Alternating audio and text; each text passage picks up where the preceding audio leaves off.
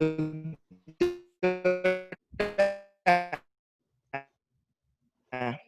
una imagen es como un colorante.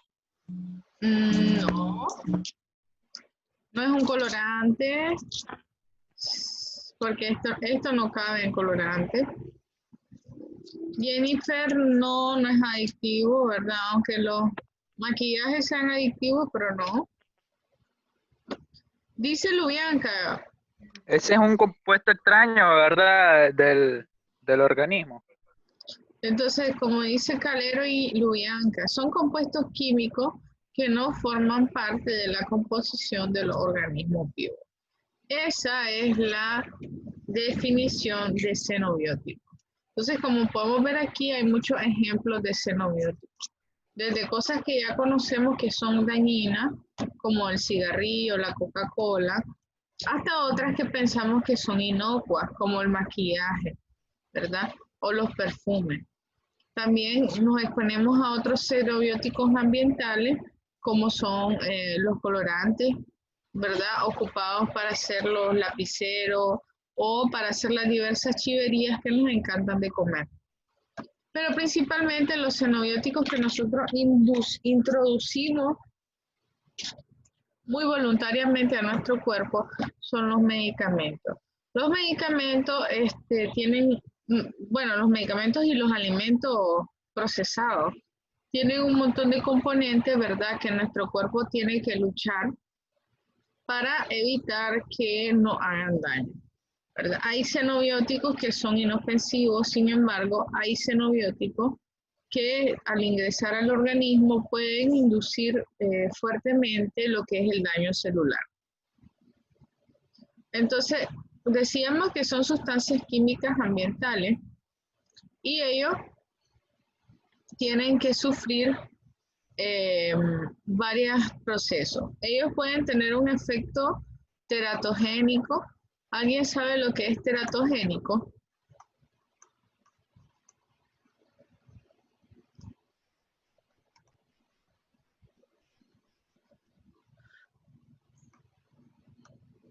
A ver, Calero, ¿qué es teratogénico?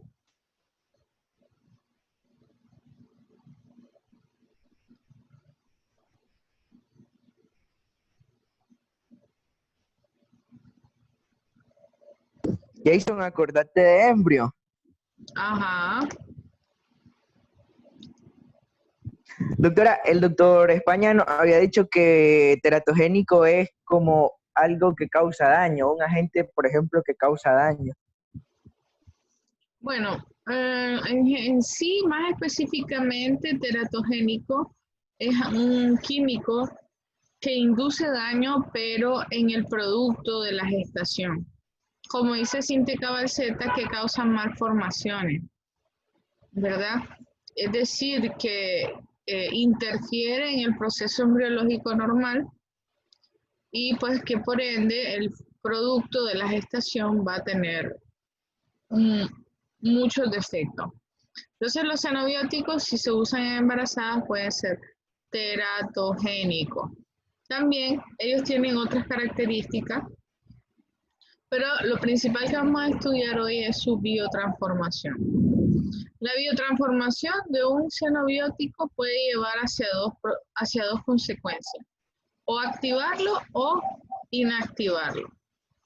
Pero independientemente de ellas dos, al final de una biotransformación, cualquier xenobiótico tiene que ser excretado, porque como lo dice su definición, no forman parte de nuestra composición, deberían tener un tiempo definido de vida dentro de nuestro organismo, el cual nosotros tenemos que respetar y las células buscar cómo eliminarlo.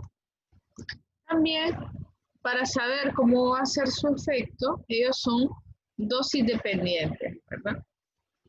Hay muchos xenobióticos que hasta cierto rango pueden ser inactivados y pueden hacer su acción, ¿verdad? Como los medicamentos, en dosis adecuadas. Sin embargo, si nos pasamos más allá de su dosis, este puede generar extensos daños en nuestro organismo.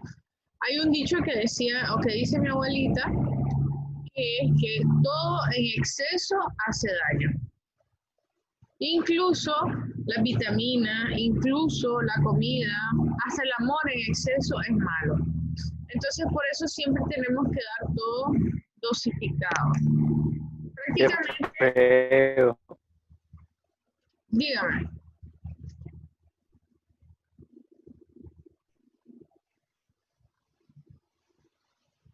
Entonces, Nada, negativo. Estaba hablando con... ok. Entonces, los xenobióticos necesitan ser, bueno, prácticamente esta clase va a sentar un poquito de bases para cuando ustedes vayan a ver fármaco el próximo año. Porque vamos a ver algunas cosas relacionadas con esto. Entonces ya quedó claro que los xenobióticos son introducidos a nuestro organismo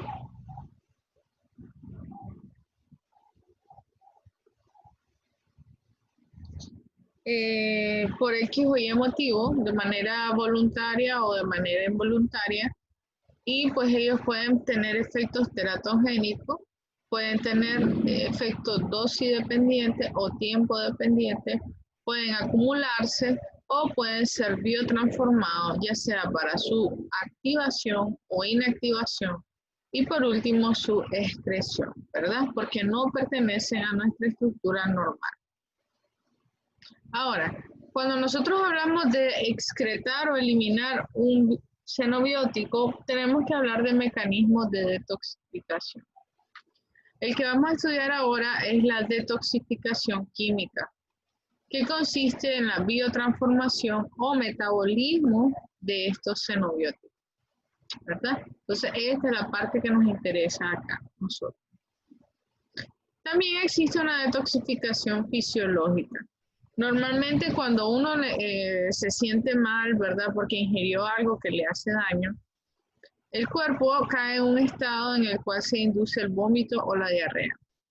En realidad el vómito y la diarrea no necesariamente son efectos producidos por el xenobiótico, sino que es una manera de nuestro cuerpo para intentar detoxificarnos, ¿ya? Si, por ejemplo, el medicamento o el xenobiótico entró por vía oral, entonces el vómito y la diarrea va a agilizar su eliminación y a disminuir su absorción, ¿verdad? En otras ocasiones puede ser, por ejemplo, el humo de tabaco, que también a algunas personas no les hace bien, bueno, a nadie le hace bien, pero algunas reaccionan de manera más exagerada y pueden terminar en vómito, ¿verdad? Si bien es cierto, viaja a través de la vía respiratoria, pero al entrar a la vía oral, ¿verdad? Entonces el cuerpo como que se confunde y pues el cerebro induce el vómito.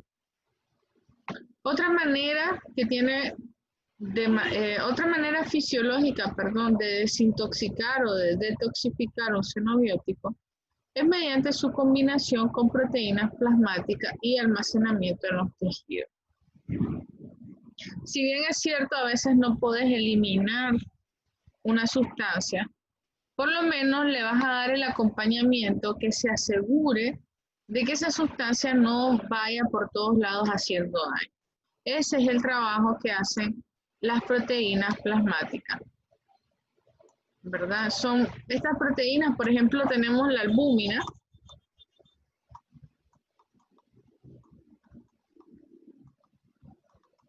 La albúmina son grandes macromoléculas que se amarran, ¿verdad? Este es mi xenobiótico, que es liposoluble y por tanto puede atravesar la membrana celular. Entonces el cuerpo viene y lo engancha con una molécula más grande de albúmina. De manera que este xenobiótico ya no pueda entrar a la célula y viaje en el torrente sanguíneo hasta que sea el tiempo de su biotransformación. Entonces es más que todo anclarlo para que no entre y no dañe la célula. O si no, en algunos tejidos nosotros podemos almacenarlo. Algunos sitios de almacenamiento de tóxicos, tenemos el tejido adiposo, o si no, los componentes del sistema fagocítico mononuclear, principalmente lo que son los macrófagos. El próximo año, tal vez conmigo, vamos a ver en patología algo que se llama acumulaciones tisulares. Las acumulaciones tisulares son esos almacenamientos de estos xenobióticos que quedan impregnados en los tejidos. El mejor ejemplo es el del humo del tabaco. Ustedes nunca han visto en el internet donde ven o donde sacan los pulmones de un fumador y sale un pulmón todo negro. ¿Lo han visto?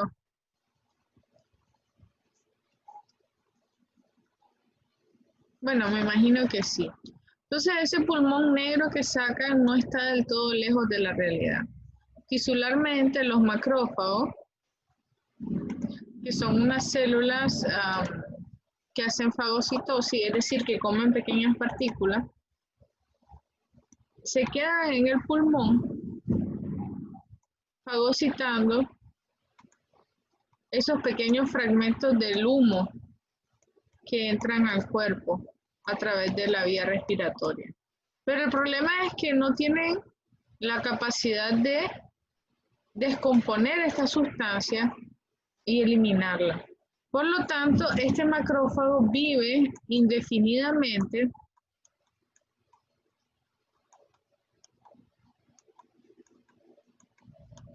y le da una coloración oscura a los pulmones porque es la coloración que le brinda el pigmento.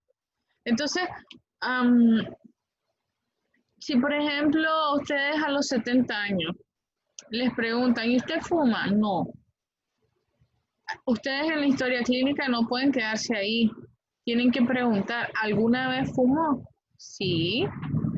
¿Por cuánto tiempo fumó? Entre los 18 y los 30 años. Esos son 12 años de fumado. ¿Y cuánto fumaba al día? 10 cigarros.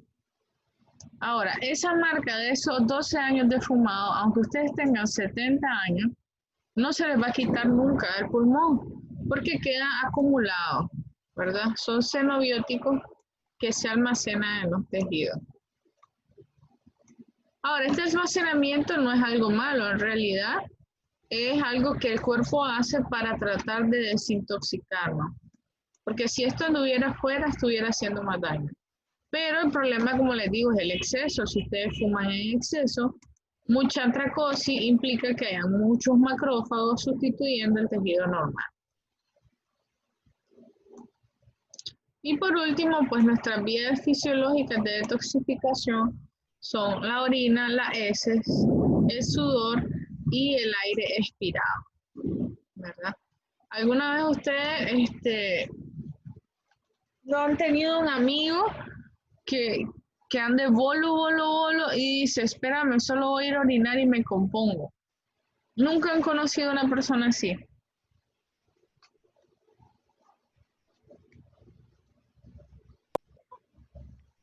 No, en mi caso no. Yo sí. Valero piensa, Yo sí se he visto, pero Harold, ¿ah?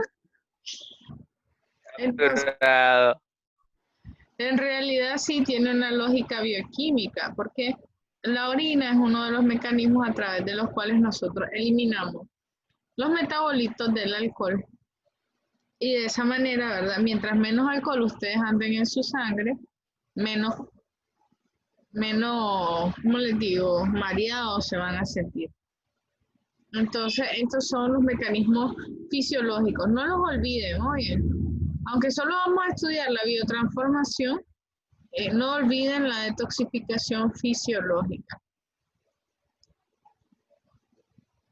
Entonces, dentro de lo que es la biotransformación de los xenobióticos, juega un importante rol una serie de enzimas llamadas el citocromo P450. Normalmente este complejo enzimático se encarga de la primera fase del metabolismo de los xenobióticos. Aquí vamos a tener la fase 1 y esta es la fase 2. Bueno, vamos a ver con más detalle el día de hoy.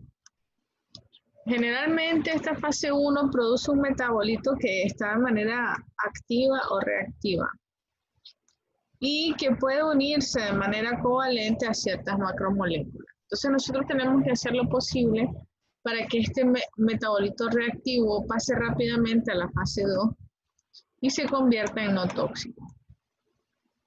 Ahora, ¿qué efectos tiene este metabolito reactivo sobre las demás células? Bueno, puede inducir lesión celular, como en el caso del hígado y el etanol. Puede convertirse en un apteno, que este apteno es una pequeña molécula proteica, probablemente, o principalmente proteica, que induce la producción de anticuerpos. Recordemos que nuestro cuerpo, si mira que hay alguien extraño, inmediatamente llama a la policía. ¿Cuál es la policía? El sistema inmunológico. Entonces el sistema inmunológico produce estos anticuerpos que van a crear un estado prácticamente inflamatorio que también puede llevar a la lesión celular. Y por último, ¿verdad? Muchos metabolitos reactivos que han pasado por la primera fase del metabolismo xenobiótico pueden llevar a la mutación de la célula. Y cuando tenemos mutación en el ADN de células somáticas, esto va a desarrollar tumores cancerígenos.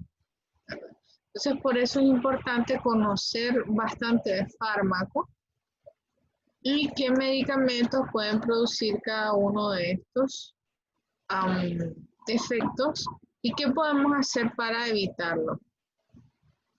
Yo en general soy pro de evitemos los medicamentos, pero bueno, ya cada quien tiene, ¿verdad?, su criterio en medicina. Entonces la biotransformación es la transformación química de una droga en el organismo viviente, catalizado por reacciones enzimáticas. Hablamos principalmente de drogas, pero ya sabemos que los xenobióticos van más allá de las drogas, ¿verdad? Por ejemplo, tenemos los insecticidas para los pacientitos que andan fumigando. No hay nadie aquí de Rivas o de Chivendea.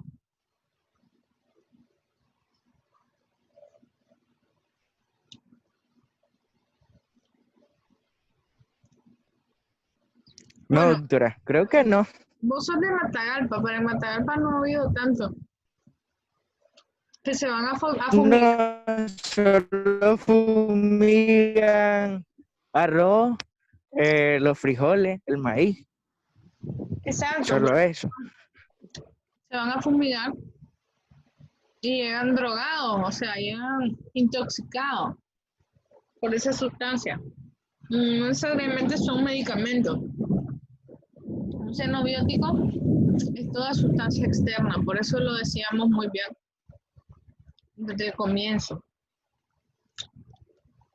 Los niños que a veces en el colegio se comen la pega, eso es un xenobiótico muy peligroso.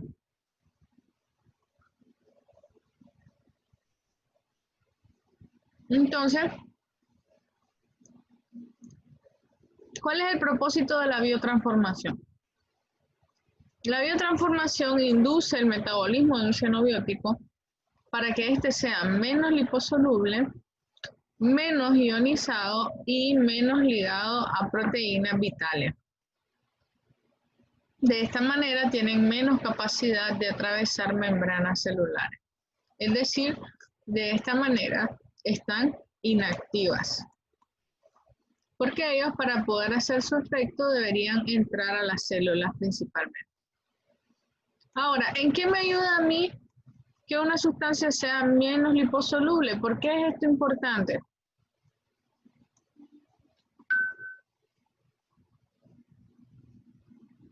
¿Alguien sabe?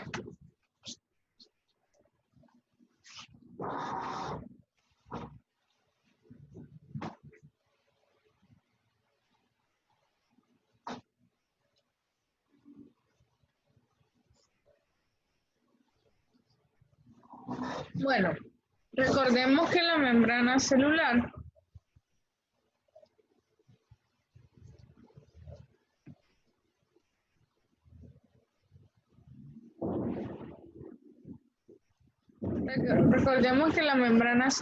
tiene un carácter liposoluble debido a los fosfolípidos. Entonces, si ustedes tienen un xenobiótico liposoluble, va a atravesar fácilmente la barrera o las membranas celulares. Entonces yo necesito hacerlo más hidrosoluble para que no atraviese la membrana.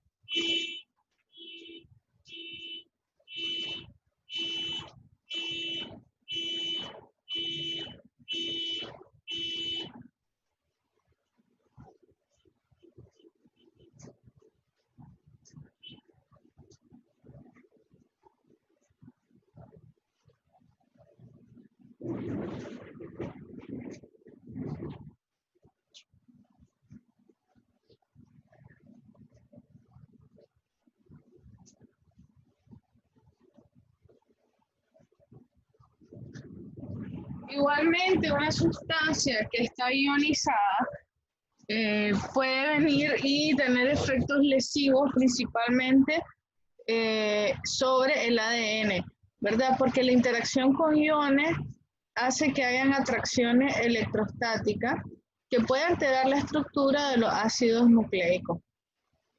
Y bueno, cuando algunas sustancias se ligan a varias proteínas que no sean la albúmina, esto puede llevar a que se induzca, ¿verdad? Una deficiencia en esas proteínas que no solo sirven para el transporte de xenobióticos, sino para el transporte de otras sustancias, como por ejemplo las hormonas liposolubles. No sé si se acuerdan de cuáles son las hormonas liposolubles. Bueno, vamos a continuar.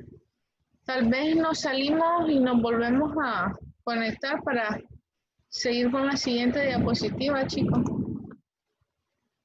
Por favor.